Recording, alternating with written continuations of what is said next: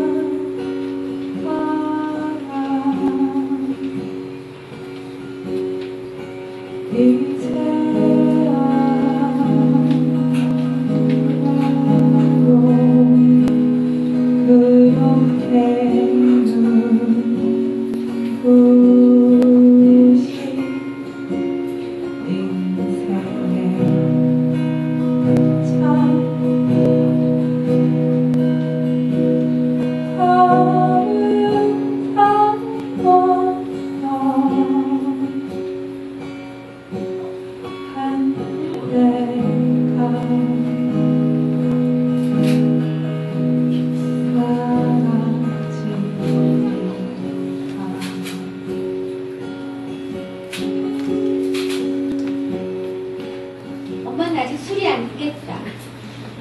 고치 속의 애벌레처럼 침대에서 미처 눈도 못 뜬 상태다. 곧 이삿짐 센터 아저씨들이 들이닥칠 시간이라는 건 알고 있다. 이런 경우를 대비해서 약속 시간을 10시로 늦춰 잡았는데도 시간을 늦추면 그만큼 여유를 부릴 테니 별로 달라질 게 없을 거라고 결국 충고하기 좋아하는 제국형 말대로 되고 말았다. 잠이 덜 깬 건 나도 마찬가지. 마침내 엄마가 내 이름을 부르기 시작한다. 너는 이제 일어나지? 잠꼬대와 다름없는 나른한 목소리다. 그 소리는 부엌과 마루를 지나 내 방으로 건너오고 나 역시 이불 속에서 몸을 뒤척이며 간신히 대답한다. 알았어. 그 다음부터는 평상시 아침과 비슷하다. 일어났니? 알았다니까. 일어났지? 응. 안 일어났어? 응. 일어났다면서. 일어나래도 알았대도. 눈을 감은 채 각자의 침대에 누워 주고받는 원거리 대화가 3분이나 5분쯤 간격을 두고 10차례 정도 이어지고 결국 이삿짐 센터 아저씨들이 와서 배를 누른다. 벌떡 일어나 현관문을 열어주는 사람은 엄마가 아니다. 잠옷을 제대로 챙겨 입고 자는 나다. 현관문에 도어 체인까지 풀고 나서 그제야 정신을 차린 나는 후닥닥 엄마 방으로 뛰어간다. 활짝 열린 엄마 방문. 급히 들어가 문을 닫고 방 안을 둘러보니 이건 뭐 예상대로다. 당장 이사 나갈 상태가 전혀 아닌 것이지. 쉰 풀로 돌아야 집에서나 날 것 같은 혈냄새는 그만두고라도 들어서자마자 숄더백이 발에 차이더니 그 뒤를 이어서 목걸이, 반팔 카디건, 올리브색 탱크톱, 숏팬츠, 끝없는 브래지어가 순서대로 바닥에 내던져져 있다. 그 처음 이사장님 때 소개라고 하셨잖아요. 그러니까 엄마의 성격이 드러났잖아요. 뭐 친절하다니까. 네, 나만 친절하려고 하는데 어떻게 보면 순수처럼 보이고 좀 지금 여기 나온 모든 주인공들이 타인을 대하는 게 좀 서툴러요. 우리 다 그렇지 않나요? 네. 다들 그런 어차피 타인이라는 것은 미지 영역이니까 그냥 나처럼 생각하고 대했다가 상처받고 그런 게 다 누구에게는 있다고 생각해요. 그래서 제 소설이 처음부터 첫 소설집이 타인에게 말걸인데 제가 유난히 안 그러려고 노력하는 게 많다는 것은 사실은 자기가 그런 기질이 많다는 것 같아요. 그래서 제가 이렇게 타인에 대해서 좀 이렇게 상처받고 예민하고 또 겁먹고 이런 것들이 제 주인공 속에 꾸준히랄 때 일반적으로 있는 것 같은데 여기 이 소설의 주인공들이 대체로 좀씩 다들 좀 어떤 당당하고 자신있고 누군가 다 나를 사랑할 거라고 생각하기보다 좀 두려움이 많고 약간 겁먹고 있고 적응 안 되는 주인공들인데 그런데 굉장히 이거를 다시 근데 얼마 전에 시키지도 않았는데 네, 얼마 전에 이런 일이 있었어요. 갑자기 생각이 나서 드리는 말씀인데, 그 동료 작가가 상을 받아서 제가 축사를 하게 됐어요. 그래서 축사를 하면서 우리 둘이 같은 동네 살면서 술 굉장히 많이 마셨거든요. 네, 그래서 그때 아이들이 좀 비슷했어요. 초등학교 다녔는데 급식을 아직 안 할 때예요. 이러면서 나를 다 밝혀먹었는데 급식을 아직 안 할 때예요. 그래서 저희들이 이제 막 애들 다 재워놓고 밤늦게 만나가지고 새벽까지 술을 마실 때가 있었어요. 안 한다고는 하지 않아요. 그러면서 새벽이 되면은 이제 도시락이 너무 걱정되니까 메추리알이랑 막 오징어 젓갈이랑 이런 걸 막 수성수성 서로 싸는 거예요. 이제 가서 도시락 싸려고. 그래서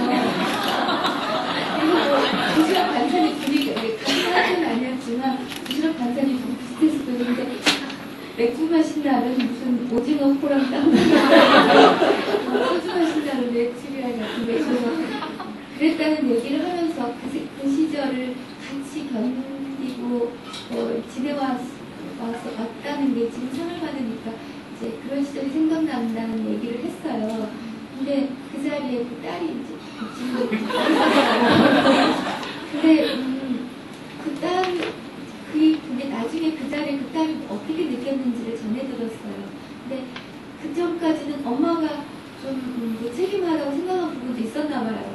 근데 그런 얘기를 제가 했을 때 그런 얘기가 그 얘기를 제가 축사를 했을 때 그 자리에 모인 사람들 전부 다 이렇게 기뻐해 줬거든요. 이렇게 다들 당신 왜 그런 짓을 했어? 이렇게 하지 않고 그런 시절을 겪으면서 이런 지점까지 왔구나 하는 격려 분위기였어요. 그러니까 그것이 이 소녀에게는 신선했나 봐요. 그런 게 나쁜 것만은 아니고 어떤 자기 인생을 살기 위해서 치열하게 보여줄 수도 있다는 것 때문에 이 소녀가 굉장히 그날 이후에 엄마한테 굉장히 잘한대요.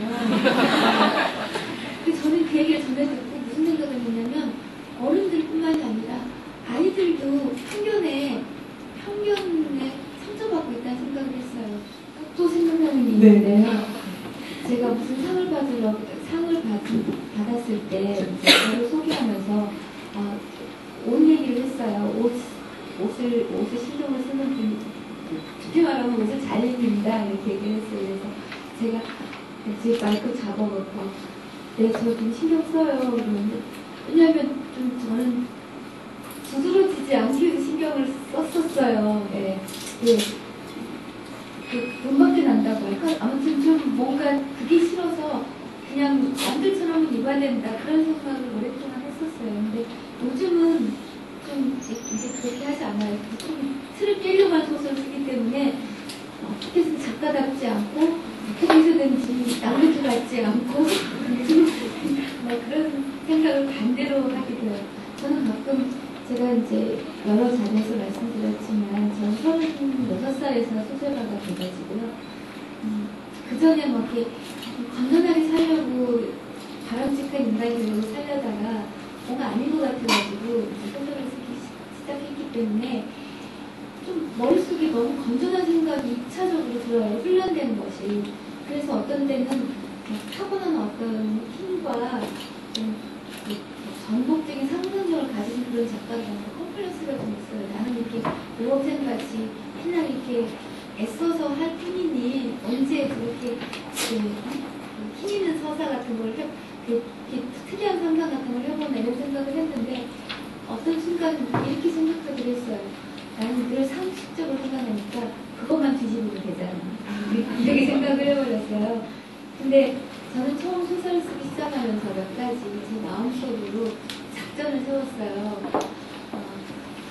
눈물을 흘리지 않는다. 예, 그래서 좀 건조하게 쓰려고 애를 썼어요. 건조하고 좀 독하게 쓰려고 그런 게 제가 첫 번째 이제 작전이라면 작전이지만 그때 당시로는 저의 다짐이었죠. 그리고 또 한 가지는 예쁘고 똑똑한 사람은 안 나온다. 그런 사람들은 자기를 대입하기가 힘든 것 같다고 생각하고 그런 사람들은 더 이상 할 얘기가 없다고 생각했어요. 그래서 그냥 보통의 사람이 나와야지 이야기가 시작된다고 생각해서 그런 생각했고 또 한 가지는 나는 행복한 결말을 쓰지 않는다 이렇게 저는 생각을 했어요. 왜냐하면 그 행복한 결말만 무슨 생각을 닫아버린다고 저는 제가 생각을 한 거예요. 근데 이 소설에서 세 가지를 처음으로 다 어겼어요. 그래서 이 소설은 저한테 있어서 제가 그 소설을 쓰기 시작하면서 다짐했던 것들을 이제는 그런 다짐 같은 거 없이 그냥